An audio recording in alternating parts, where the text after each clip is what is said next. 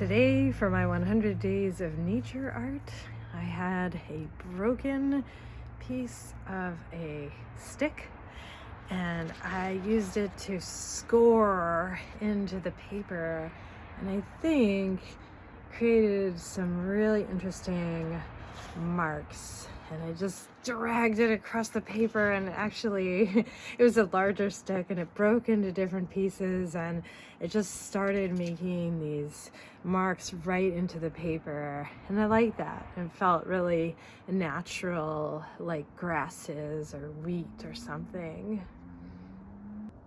Also, it's evening and I was very inspired by the evening sky, so I ended up doing a quick, and this is still very wet, painting watercolor wash inspired by the night sky, and that was really fun.